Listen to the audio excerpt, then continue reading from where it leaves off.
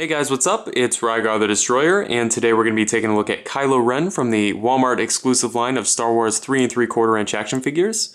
This guy is pretty cool, but before we take a closer look at him, let's go ahead and take a look at his packaging. Here it is. It's pretty standard for what we've seen out of the Star Wars 3 3/4 inch line. It's got a nice big window here on the front of the packaging, and also a nice picture of Kylo down here in the corner. On the back, it's got a brief description, and if you'd like to read that, you can go ahead and just pause the video. And then, of course, over here on the side, it's got that same image here again on the back. So, pretty standard, like I said, so let's go ahead and get back to the figure itself here. Kylo stands at 4 inches tall, which means that he's right in scale with all of your other Star Wars action figures. And he does come with 2 accessories. The first one here is his lightsaber. There is a ton of detail on the hilt. As you can see there, really nicely done.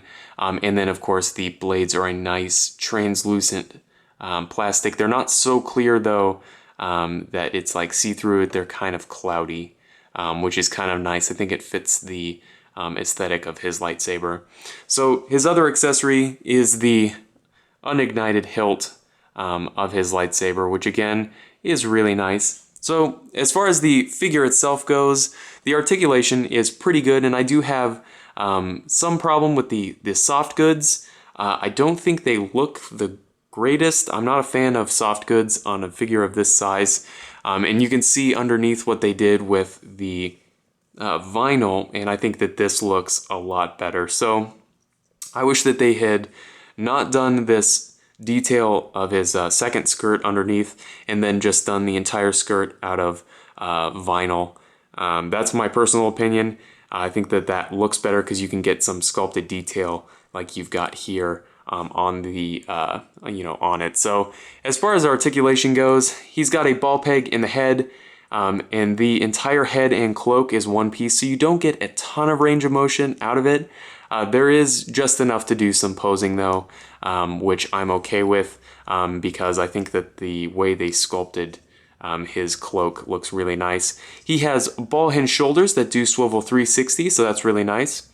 Hinged elbows with a swivel give you about 90 degrees, which is good. Then he's got hinged wrists. On this hand, the hinge runs vertically through the hand and there is a swivel, and then it is the same on the other side. There is a what feels like a ball peg here at underneath the belt, which gives them a nice range of motion. As you can see, you can lean them a little bit back and forth, a little bit forward and back, and then of course you can swivel him side to side. Like most of the other figures released in this series, he does have ball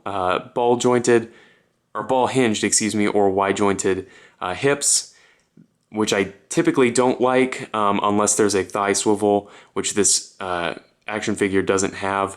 So I wish they had done that thigh swivel there. It's not the biggest deal on this figure because of the angle that they did the Y-joint at. It's a little bit closer to T-jointed hips, which I'm more fond of. There is a hinge at the knee with a swivel, which works well, and then there are hinged ankles. And then they did do a nice glossy plastic here on his boots, and then a more satin or eggshell finish on the rest of the figure. So overall, if you can find this guy on rollback at Walmart, he's definitely worth picking up. He's not a bad figure by any means. He just has the Y-jointed hips and the cloth goods that soft goods that I'm not a huge fan of. So like I said, overall a pretty good figure. So if you have any comments or questions, please leave them down in the comment section below, and I guess I'll see you later.